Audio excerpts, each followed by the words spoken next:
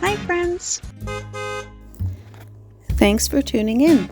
If you like this video, please give it a like, comment below, and take a moment to subscribe to our channel.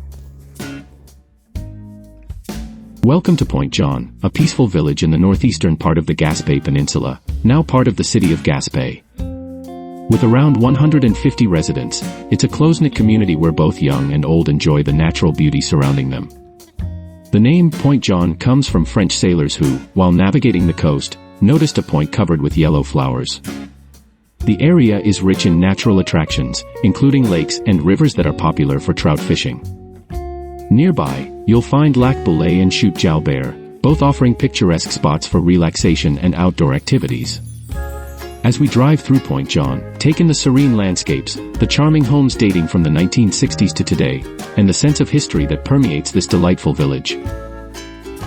Thank you very much.